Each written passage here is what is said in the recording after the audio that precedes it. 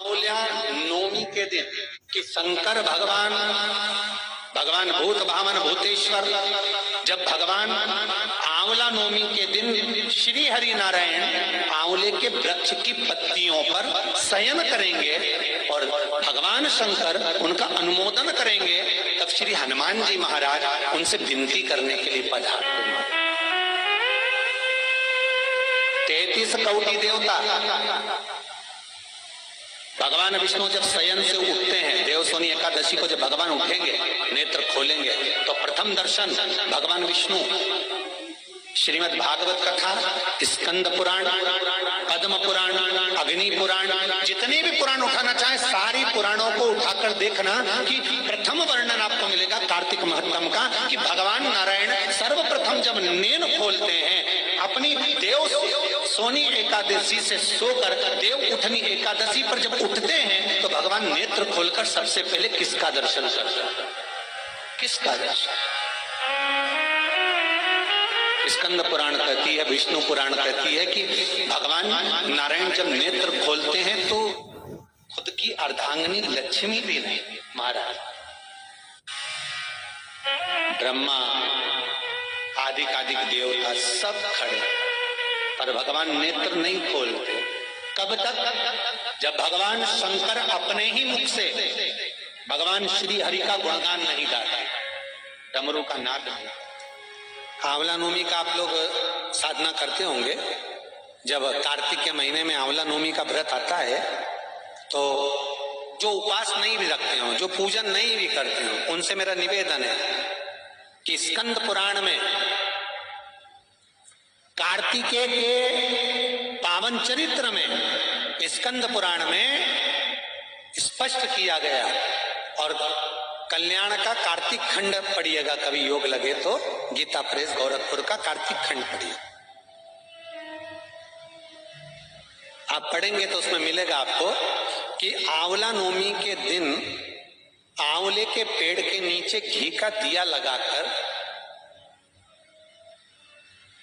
मध्याह्न से पहले दोपहर के 12 बजे से पहले आंवले के पेड़ के नीचे आंवला नवमी के दिन कार्तिक के महीने में स्कंद पुराण कहती है जो घी का दिया लगाकर पूजन कर कर अपना पल्लू पसार कर आंवले के वृक्ष की डाली में से उस पे लगी हुई थोड़ी सी छाल को अपनी अंगूठे और चीटी उंगली से अपने पल्लू में गिराकर ले जाकर लाल कपड़े में हल्दी के साथ अपनी तिजोरी में अलमारी में रख लेता है। उसके घर में कभी बरकत की कमी नहीं होती, उसके घर में कभी संपदा की कमी नहीं होती, उसके घर में धन वैभव सत्ता बढ़ती है। आंवला नवमी की कथा में एक प्रसंग आता है, आंवला नवमी का पूजन आपको करना आता है, व्रत करने वाली माताएं व्रत करती है, आंवले के पेड़ के नीचे जाकर पूजन करना, भोजन करना, आंवले का वृक्ष की छाया में बैठना, उस दिन किसी को अपशब्द ना कहना, आंवले की पूजन कर कर अपनी झोली को पसार कर चीटी उंगली और अंगूठे से आंवले की छाल को थोड़ा सा पल्लू में गिरा लेना, उस छाल को ले जाकर अपनी बरकत में अपनी अलमारी में अपनी तिजोरी में रख देना, ये आंवला नवमी की पूजन का विधान है। संपदा के एक बहुत अच्छा समय रात्रि के 9:15 का एक समय होता है, जिस व्यक्ति का रोग बीमारी समाप्त नहीं हो रही हो, हॉस्पिटल में पड़ा हुआ है, कोई बहुत भारी बीमारी में ग्रसित है, छूट ही नहीं पा रहा, तो रात्रि को 9:15 पर किसी भी दिन शंकर भगवान के शिवलिंग का, जो तुम्हारे घर में शंकर जी विराजमान हो उसका, या शंकर जी के मंदिर में जाकर शंकर जी का थोड़ा सा जल, उसमें थोड़ा सा आंवला पड़ा हुआ, मतलब आंवले के पानी से शंकर का अभिषेक पूजन कर लीजिए। उसका नाम लेकर कर लो जो रोग से ग्रसित हो।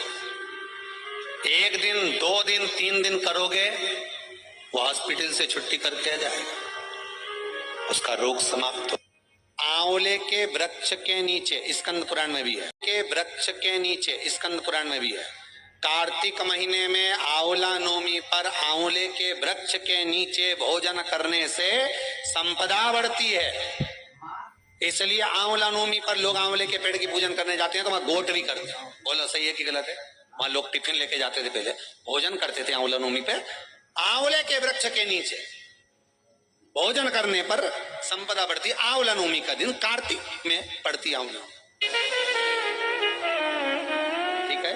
जगत गुरु शंकराचार्य जी कह रहे हैं माँ तो कृपा कर दे। माँ कहती इसने एक कभी दान नहीं करा, पुण्य नहीं करा, सत्कर्म नहीं करा, तो मैं कैसे दान? दान का फल दान।